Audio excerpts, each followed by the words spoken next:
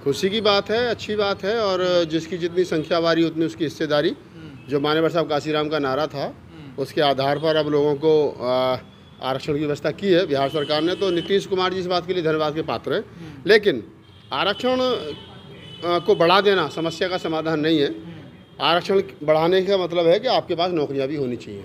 तो सरकार वैकेंसी निकाले, नौकरी निकाले और फिर लोगों को उसी अनुपात के आधार पर भरे। पर नीति उसी हिसाब से बनेंगे ना। देखिए नीति उस हिसाब से बनेंगी, अच्छी बात है, लेकिन नीति बने भी सही ना। भाई आपने आरक्षण की तो बढ़ा दिया, लेकिन क्या वो आरक्षण लागू होगा? अभी तक तो जो पिछला ओबीसी का ही आरक्षण है वही प्रॉपर लागू नहीं हुआ है। तो इनकी नीयत पर भी सवाल है, नीतीश कुमार जी की नीयत पर सवाल है। बढ़ा दिया अच्छी बात है, लेकिन जो बढ़ाया है उसको लागू किया जाए और गवर्नमेंट वैकेंसी आएँ, और वैकेंसी आएँ तो लोगों को अवसर मिले, तो अवसर का लाभ लोग उठाएंगे। लेकिन जो लोग विरोध कर रहे हैं, विरोधी तो देखिए विरोध करेंगे। ये वही लोग हैं जिनके हिस्से का 10% आरक्षण बिना जनगणना के, बिना किसी आंदोलन के, बिना किसी मांग के इनको दे दिया गया। अब जो लोग इस देश के अंदर हाशिए पर हैं, उनकी जनगणना के अनुसार के अनुपात के आधार पर उनको आरक्षण की व्यवस्था की गई है, तो अच्छी बात है, होनी चाहिए थी आरक्षण की। बिल्कुल। लेकिन ये 10% का आप लोग बार बार जिक्र कर रहे हैं, लेकिन नीतीश कुमार ने इसको भी बरकरार रखा। देखिए जो केंद्र सरकार ने 10% आरक्षण बढ़ा दिया, बना दिया क्या आने के लिए, जो 50% की एक सीमा थी, 49.5 की जो सीमा थी वो ब्रेक कर दी। और जब आपने ब्रेक कर दी तो फिर तो औरों का ही बढ़ना चाहिए ना। जब आपने 50% की सीमा को बढ़ा करके 60% कर दिया तो 15% ओबीसी का और बढ़ गया, तो 75% हो गया वो। तो इस देश में जो 60% के आसपास ओबीसी है, अगर उसको 40% आरक्षण दिया जा रहा तो अगर उसको 60 देना चाहिए था। तो इससे फायदा मिलेगा 2024 के चुनाव में नीतीश कुमार को? देखिए नीतीश कुमार को कितना फायदा मिलेगा कितना नहीं मिलेगा, मैं ये कह रहा हूँ कि नीतीश कुमार जी 2024 के चुनाव से पहले सरकारी वैकेंसी लाएं, नीति बनाएं, नीति के आधार पर वैकेंसी आएँ, लोगों को जॉब मिले, और फिर तब पता चलेगा नीतीश कुमार जी ने जो आरक्षण बनाया है, आरक्षण बढ़ाया है, वो कहीं ना कहीं जमीन पर उस पर काम भी हो रहा है। आप लोग तो कहते हैं कि आरक्षण हमारा जन्म सिद्ध अधिकार है, और आज कह रहे हैं कि अब नौकरियां होनी चाहिए, तभी कोई मतलब है उसका। आरक्षण हमने कब कहा हमारा जन्म सिद्ध अधिकार है? हमने तो नहीं कहा था। ये कोई खैरात नहीं है। नहीं आरक्षण देखिए भाई, हमने ये कहा कि आरक्षण हमारा जन्म सिद्ध अधिकार नहीं है। आरक्षण कोई खैरात नहीं है, ये भी सच्चाई है। हम हमेशा से ये कहते हैं कि जिन लोगों के ऊपर जाति के आधार पर छुआछूत हुआ है, जिनको मूल धारा में शामिल नहीं किया गया, रोडों पर सैकड़ों वर्षों तक नहीं चलने दिया, सार्वजनिक स्थानों से पानी नहीं पीने दिया, कुओं से पानी नहीं पीने दिया, जिन लोगों के गले में हांडी पीछे झाड़ू लटका दी गई, आज भी अगर इस देश के अंदर जाति के आधार पर लोगों की कॉपी जांचती हो, उनकी सीआर खराब कर दी जाती हो, उनके कैरियर खराब करे जाते हो, तो जाति तो है। एक आदमी को 5000 साल तक आपने उसके पैरों में बेड़ियाँ बांध करके रखी, और एक आदमी को 5000 साल तक से आपने दही को दूध पिया है, और आप कहोगे दोनों साथ साथ दौड़ लगाओ, तो कैसे जीत जाएगा भाई? जिस आदमी के पैरों में 5000 साल तक जंजीर रही, उसकी जंजीर हटाई है, उसको थोड़ा सा स्पेशल दूध दही खिलाओ, तब वो तुम्हारे साथ दौड़ेगा। तो आरक्षण क्या है? आरक्षण अवसर है। आरक्षण सिस्टम का समस्या का समाधान नहीं है। जो लोग आरक्षण के बल पर नौकरी पर चढ़ उनके साथ भी तो डिस्क्रिमिनेशन हो रहा है, उनके साथ भी तो फिर शोषण अत्याचार हो रहा है। आप लोगों को तो बड़े ताने मिलते थे, बड़ा बदनाम किया जाता था, आरक्षण वाले हैं तो आरक्षण से आगे जाते हैं। देखिए आरक्षण से अगर हमारा आरक्षण इन लोगों के दिमाग में खटकता है, तो हम हमेशा से एक बात कहते हैं कि इस देश के मंदिरों में जो 4000 साल से एक ही जाति का 100% आरक्षण है, उस पर भी चर्चा करो।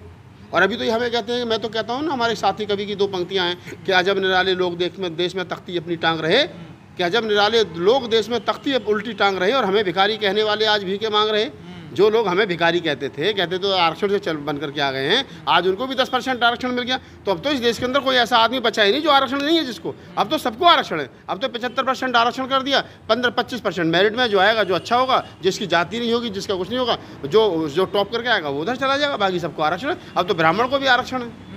बिहार सरकार ने 43% पिछड़ों का कर दिया है, 22% SC/ST का, और 10% उन्होंने वो जोड़ ही रखा EWS। तो इससे क्या पिछड़ों का उद्धार हो जाएगा? जो 50 की आप 52 वाली बात करते थे, 43। मंडल कमीशन जब लागू हुआ 90 में, तो 90 के बाद में आप देखेंगे कि हिंदी बेल्ट पर खासतौर से उत्तर प्रदेश और बिहार में ज़्यादातर दलित और ओबीसी मुख्यमंत्री रहे, और वो भी दलित और ओबीसी मुख्यमंत्री बीजेपी और कांग्रेस पार्टी से नहीं रहे, वो भी अपने राजनीतिक दलों के रहे।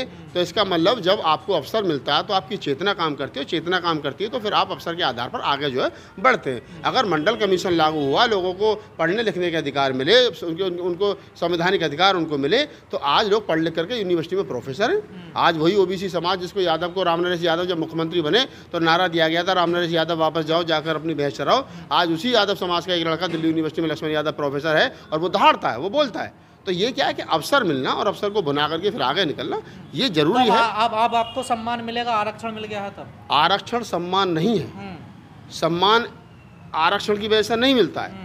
आज इस देश के अंदर जो आरक्षण के बल पर डीएम हो गया, और डीएम जब अंदर बैठा है और जो अनपढ़ ब्राह्मण उसके डीएम के ऑफिस में जाता है, जब उसे पता चलता है कि चमार है, और जब वो बाहर निकलते हुए गालियां देता है उसको कि साला चमार क्या नाम है, डीएम बन गया है, इसको क्या नाम है, मुझे नमस्ते करना पड़ रहा पंडित जी, जब कान पर जनेऊ चढ़ा करके जाते हैं। तो आरक्षण सम्मान का मतलब नहीं, इस देश के जो जातिवादी सिस्टम है और कुछ लोगों के दिमाग में जो जनेऊ लिपेटी हुई है, वो जनेऊ जो है वो लोगों को सम्मान नहीं देने दे रही है। इस देश का ब्राह्मण भी खराब है, इस देश का दलित भी खराब है, इस देश का ब्राह्मण भी खराब नहीं है, इस देश का ओबीसी भी खराब नहीं है। इस देश के अंदर जब तक जातिवाद रहेगा, जब तक इस देश में लोगों को न्याय नहीं, और घृणा बढ़ेगी। आपकी बातों से तो ऐसे लगता है आरक्षण जितना बढ़ेगा उतनी घृणा बढ़ेगी। अगर इस देश के सवर्णों को 10% आरक्षण मिल गया तो उनके मान सम्मान में कुछ गिरावट आ गई? सवर्णों घरों में तो घी के दिए चले कि हमें भी 10% आरक्षण मिल गया।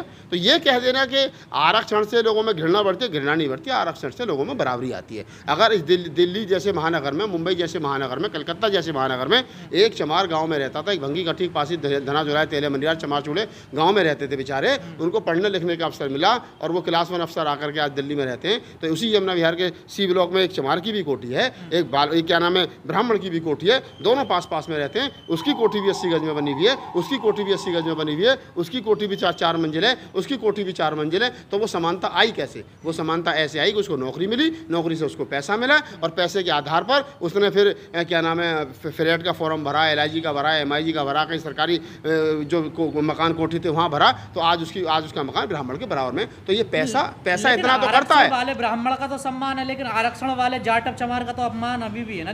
देखिए मैं वही कह रहा हूँ कि इस देश के अंदर अनपढ़ ब्राह्मण पूजनीय हैं और पढ़ा लिखा डॉक्टर अंबेडकर आज तक भी पूजनीय नहीं है, उनकी मूर्ति तोड़ दी जाती है। तो ये जो जातिवाद का जहर है जो कुछ लोगों ने घोल रखा है, ये जातिवाद का जहर टूटेगा और एक दिन आएगा। वो हमारे समय पर आए ना आए, लेकिन हमारे आने वाली पीढ़ी उसको महसूस करेंगी कि जैसे जैसे लोग शिक्षित होंगे, जाति और धर्म से ऊपर उठेंगे, बुद्ध को, कबीर को, नानक को, रैदास को, फूले को, साहू जी महाराज को, जिन लोगों ने समता मैत्री करुणा पर काम किया, उन लोगों को पढ़ेंगे, तो मैं निश्चित रूप से कह सकता हूँ कि ब्राह्मण भी जाति छोड़ेगा और दलित भी जाति। लेकिन आपने कहीं कहा है कि ज़्यादा मूर्ति टूटनी चाहिए बाबा साहब की, ज़्यादा उनकी तस्वीरें फटनी चाहिए, क्या मतलब है इसका? हमने हमेशा से कहा है कि बाबा साहब डॉक्टर अम्बेडकर पूजने का विषय नहीं है। बाबा साहब डॉक्टर अम्बेडकर चिंगारी है।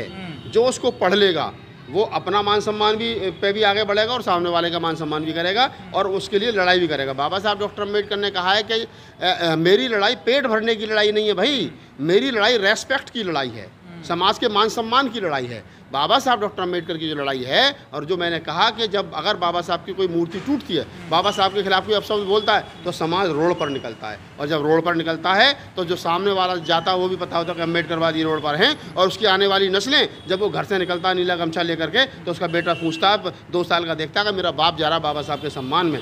तो डॉक्टर अम्बेडकर की जब मूर्ति टूटती है, उनके फोटो फटते हैं, तो समाज में चिंगारी आती है और समाज में चेतना आती है।